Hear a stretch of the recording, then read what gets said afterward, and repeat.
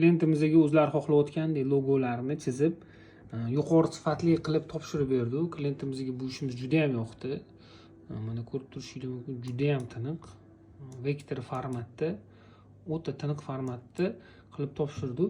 Klientimiz bizga mana shu rasmni tashladilar-da. Juda ham xira rasm. Shu rasmni tashlab, shuni tinuvlashtirib, chotki qilib, vektor formatda qilib chizib, nakleyka qilib chiqazib beringlar dedilar.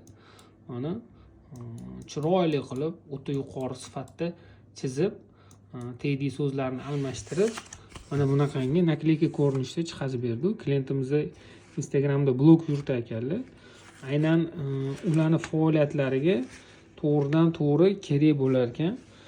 Shunaqangi har xil turdagi nakleykalar.